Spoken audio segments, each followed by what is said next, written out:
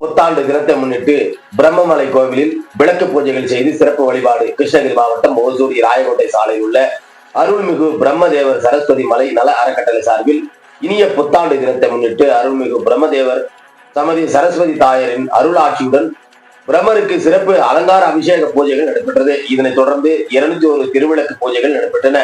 இந்த திருவிளக்கு பூஜையில் 2026ஆம் ஆண்டு சிறப்பாக செயல்பட்டு மக்கள் நோய் நொடியின்றி வாழ வேண்டும், விவசாயம் பெருக வேண்டும், விவசாயிகள் நன்றாக இருக்க வேண்டும், மழை பொழிய வேண்டும் உள்ளிட்ட எண்ணற்ற பூஜைகள் செய்து சிறப்பாக வழிபட்ட பெண்கள் திருவிளக்கு பூஜை.